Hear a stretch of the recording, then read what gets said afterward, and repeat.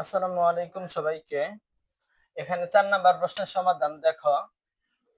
বার্ষিক মুনাফার হার আর সমান সমান 10.50 টাকা হলে আসল পি সমান সমান 2000 টাকার এন সমান সমান 5 বছরের মুনাফা আয় সমান সমান কত তুমি কিভাবে বের করবা? তুমি লিখবা এখানে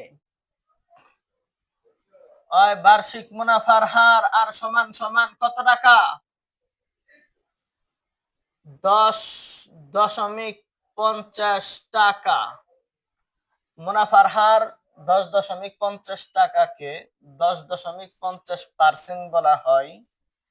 10.50% সমান সমান 10.50 বাই কত লেখা লাগবে? 100। তুমি যদি 10.50 কে 100 দিয়ে ভাগ করো, ফলাফল কত দাঁড়ায়? 0.105। তারপর আসল পি সমান সমান 2000 টাকা হলে আসল পি সমান সমান 2000 টাকা এবং এন সমান সমান 5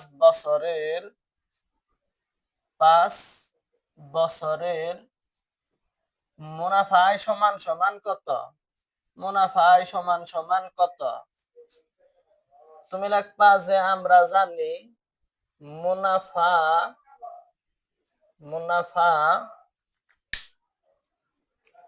মুনাফা আয় সমান সমান কি লেখা যায়? পি আর এন সমান সমান পি আছে না, এই পি এর মান এখানে কত টাকা?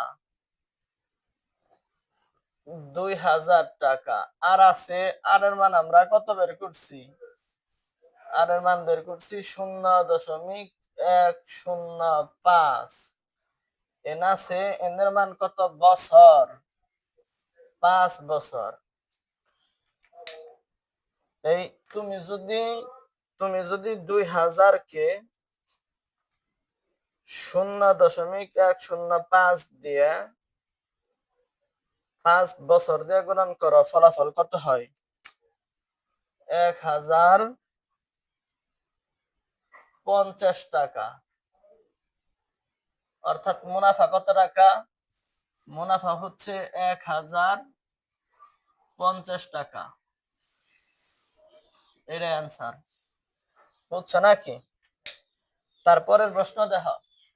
বার্ষিক মুনাফা শতকরা 10 টাকা থেকে কমে 8 টাকা হলে 3000 টাকার 3 বছরের মুনাফা কত? এখানে বার্ষিক মুনাফা শতকরা 10 টাকা দেওয়া আছে না। বার্ষিক শতকরা মুনাফা বলতে মুনাফার হার বোঝায়। মুনাফার হার আর সমান সমান কত টাকা? 10 টাকা থেকে কমে আর টু সমান সমান 8 টাকা হলে পি সমান সমান 3000, আসল পি সমান সমান 3000 টাকার বছর মানে সময়, এন সমান সমান 3 বছরের মুনাফা কত? মুনাফা হচ্ছে আয় সমান সমান হোয়াট। এগুলো তুমি কিভাবে বের করবা? এই প্রশ্নের ভাষাগুলো তোমার বোঝা লাগবে। বার্ষিক শতকরা মুনাফা আছে না, বার্ষিক শতকরা মুনাফা বলতে মুনাফার হার বোঝায়। মুনাফার হার আর সমান সমান কত টাকা? 10 টাকা। 10 টাকাকে সংক্ষেপে 10% বলা হয় মুনাফার হারের ক্ষেত্রে। 10% সমান সমান কত লেখা যায়? 10/100। 10 যদি 100 দিয়ে ভাগ করো, ফলাফল কত হয়? ফলাফল হচ্ছে 0.1। তারপর 10 টাকা থেকে কমে আর টু সমান সমান কত টাকা? আর টু সমান সমান 8 টাকা কে সংক্ষেপে পার্সেন্টে প্রকাশ করা যায়।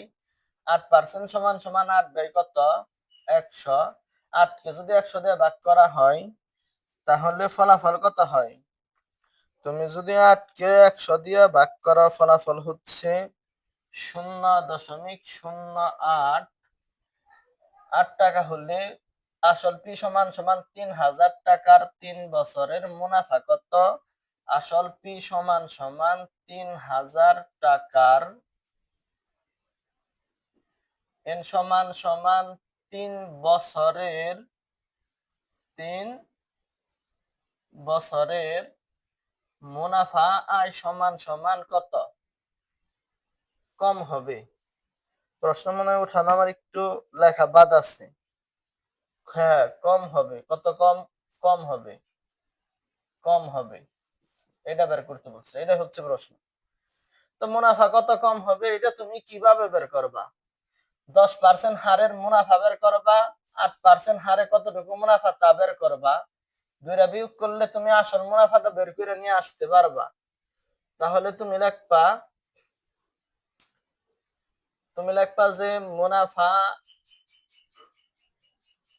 আয় সমান সমান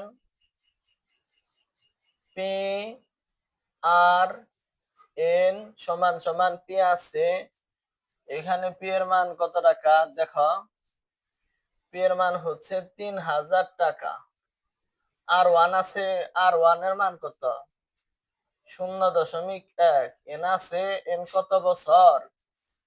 3 বছর। 3000 কে 0.1 দিয়ে আর 3 দিয়ে যদি গুণন করো তুমি,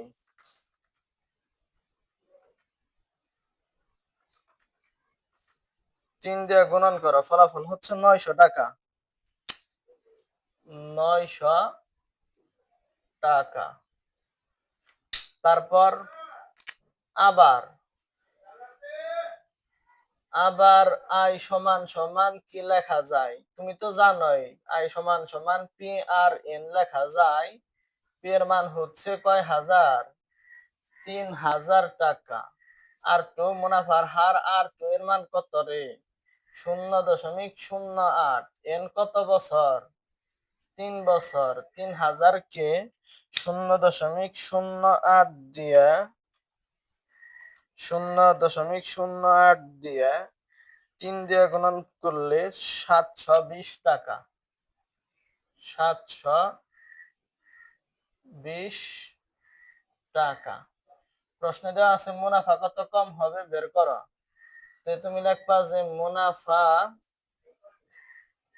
কম হবে আই সমান সমান এই I1 মাইনাসের কি I2। I1 আছে, I1 এর মান কত রে? 900। I2 এর মান কত?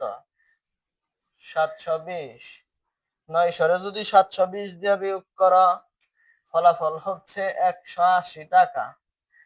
অর্থাৎ তোমার মুনাফার হার যদি 10 টাকা থেকে কমে 8 টাকা হয়, 3000 টাকায় 3 বছরের মুনাফা তুমি 180 টাকা কম পাইবে। এইটাই অ্যান্সার।